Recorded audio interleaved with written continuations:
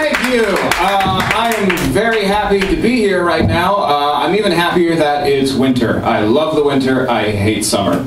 I prefer the winter because during the winter, you can leave a baby in the car and it's fine.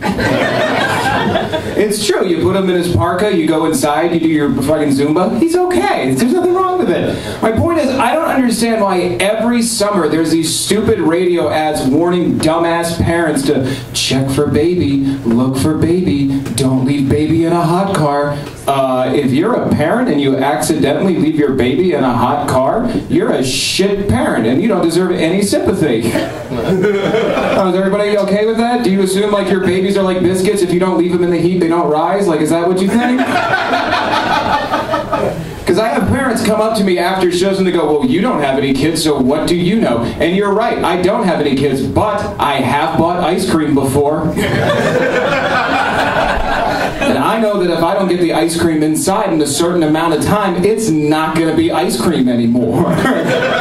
And my ice cream sits in my trunk, makes no noise whatsoever. I never forget it.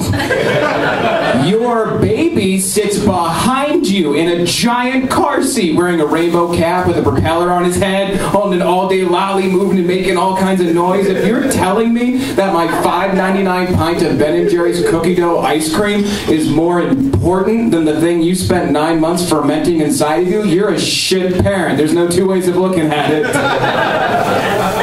And yeah, I don't have any children. When I was married, my wife and I had 0 children, and that was way too many children. So I got a vasectomy to keep that number down. Only costs $80 out of pocket with health insurance. People often ask, can you put a price tag on happiness? $80 fucking is what happiness costs. You know how annoying it is when strangers come up to you? Oh, you're married? When are you having kids? Not. Well, you never know. Oh, yes, I do. Well, accidents happen. Well, I paid a doctor to mutilate me so an accident doesn't happen. I know what I'm talking about. And my wife forgot that shit too. There'd be months where my wife would look at me and go, I think I missed my period. To which I would reply, vasectomy. And she would go, all right, smartass, what if I'm pregnant? I go, we're either getting a divorce or going to church. Now choose wisely, honey.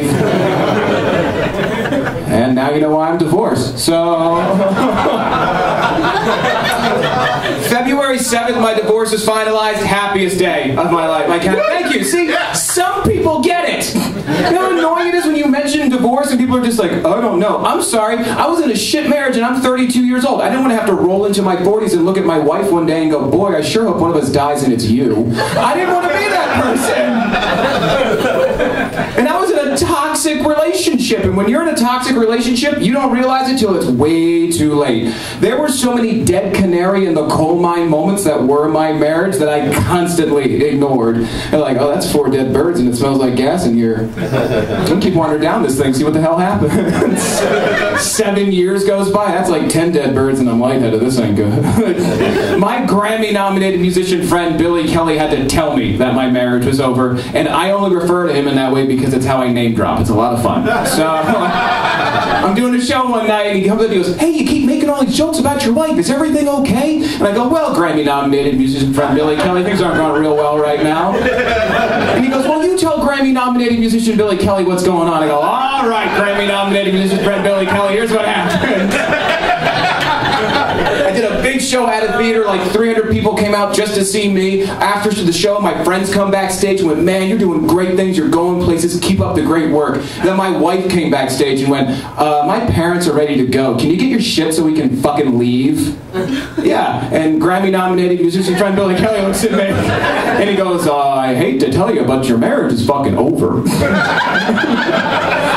So I told my wife what he had to say, and she was not pleased with that. The first thing she did was rip my wedding band off of my finger and chuck it out our bedroom window into the front yard. And that's when I realized that our marriage is over, because the first thing I said to her was, that is going to fuck up the lawnmower in the morning. Why would you do that shit? She goes, get your shit and get out! And the first thing I grabbed was the Roku, because I needed Hulu later. And it's time to get petty! Here's a true story. When we had to finalize the divorce, we had to go to a notary, and I don't have any like lawyers in my lexicon or fucking rotary, so I went to UPS to use their notary service because what can Brown do for you? Fucking divorce. It's awesome. So I do this at 8 in the morning because I want to get this done. She comes into the office, and that's when the notary comes out from behind the desk and goes, okay, who's my 8 o'clock? Is it you guys? Come on over and let's get this done. And she looks at the notary and goes, this is for a divorce, so how about you bring the fucking happy down a little bit? And the notary looked at me like, good for you. And then just signed off on the paperwork.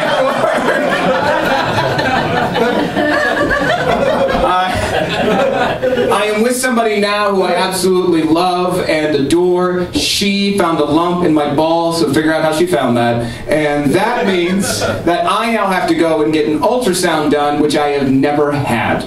So I go into this doctor's office, he brings me in, he sets me down on this bed, and he makes me pull my shirt all the way up to the top of my chest, and then he makes me pull my pants and my underwear all the way down to my ankles, but he makes me keep my shoes on.